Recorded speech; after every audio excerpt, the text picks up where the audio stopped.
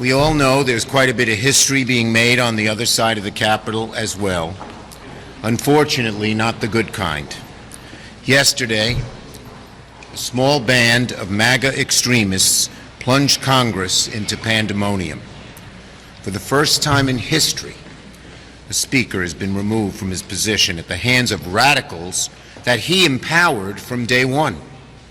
What happened yesterday is a failure entirely of the House Republicans' own doing, a disaster years in the making, to the great detriment of Congress and to the detriment of the American people.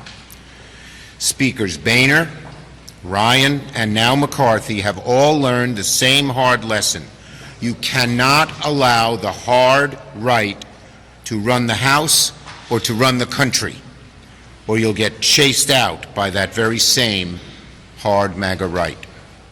You cannot allow a small band of MAGA extremists, which represents just a tiny percentage of the views of the American people, to tell the overwhelming majority of Americans what to do. But, folks, Republicans' issues with MAGA extremism seeps far deeper than any single leader. MAGA extremism is a poison that the House GOP has refused to confront for years. And until the mainstream House Republicans deal with this issue, the chaos will continue. Now, I hope it's obvious. MAGA extremism is not good for the House Republican leadership, it's not good for Congress, and it's disastrous for the country. So let me say this to the next Speaker of the House, whomever that may be. Think carefully about what happened to your predecessors before trying to coddle the hard right. Each of your predecessors got burnt each time.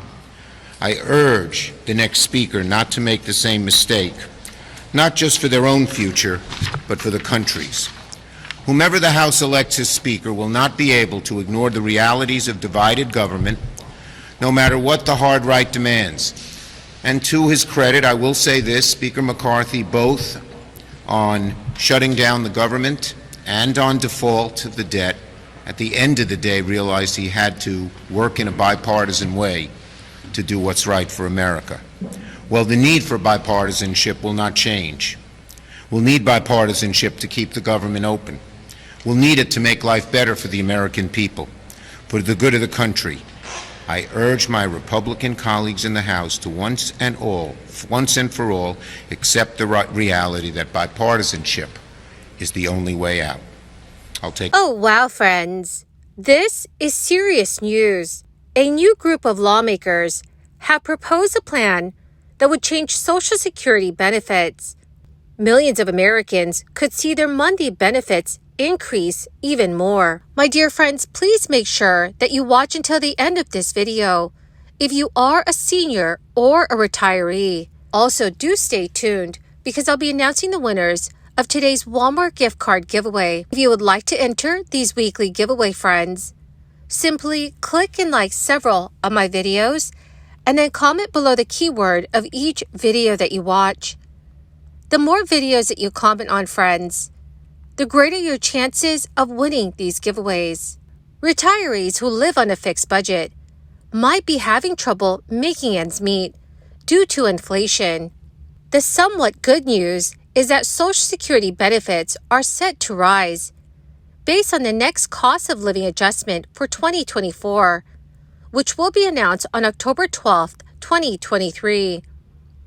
If you want to figure out how much your Social Security checks will be after the COLA increase without having to wait until then, consider using the 3.2% forecast from the Senior Citizens League. So based on the current forecast from the Senior Citizens League, the average Social Security benefit for retirees will jump from $1,790 to $1,847. While this increase is not as much as an 8.7% jump last year due to slowing inflation, it's still more than the 2.6% average over the past 20 years. In years past, the agency would send out notices in the mail during the month of December, leading up to the New Year's COLA increase, while also making these announcements available to most online account holders. If that trend continues, those with online accounts can likely access their specific COLA increase notices in December before receiving a mail notice. Two senators, Republican Bill Cassidy of Louisiana and Independent Angus King of Maine, who caucuses with Democrats, are leading a group of legislators in a proposal to reform Social Security on several fronts. They have proposed creating a sovereign wealth fund to help pay for Social Security. The fund could be funded with $1.5 trillion or more in borrowed money. Another option is changing the formula that calculates monthly Social Security benefits from one based on a worker's average earnings over 35 years to a formula based on the number of years spent working and paying into Social Security. The trust funds that Social Security relies on to pay benefits are rapidly heading to zero. That may happen as soon as 2032, leaving the program solely reliant on payroll taxes for funding, which may only cover about 75% of benefits. As that date draws closer, that has also prompted more discussion as to whether that money should also be invested in stocks.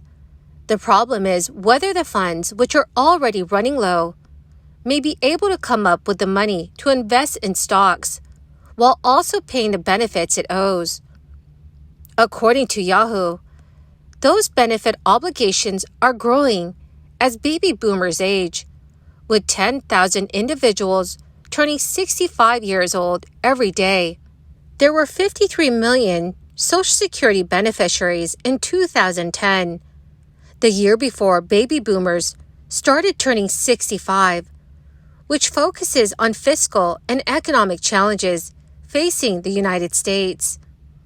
That is expected to increase to 77 million beneficiaries by the year 2031, as the last baby boomers reach their full retirement ages. A Social Security funding shortfall was previously fixed in 1983 through tax increases and benefit cuts, such as raising the retirement age. Many expect the same combination of changes to be on the table again. And so far, lawmakers are divided on those fixes.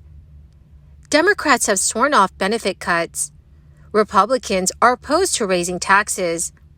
And over time, the investment fund would get a higher return than the returns on Treasury notes, ranging from 1% to 4%, which may not beat inflation.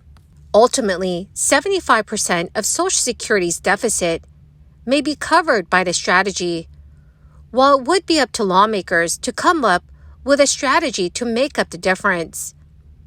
Senator Bill Cassidy recently stated at an event, "Never again will we worry about a Social Security shortfall. It always will have enough revenue coming in from the investments to pay scheduled benefits." Well, my magnificent and most marvelous friends, that is the end of my daily stimulus update video for today. My dear friends, thank you so very much for being part of this community. The winners of today's Walmart gift card giveaway is Melinda Hawkins and Francis Borjoquez. Congratulations, my dearest friends. To claim your gift cards, please check your notifications page and send me a message. Or friends, you can message me on my Facebook page.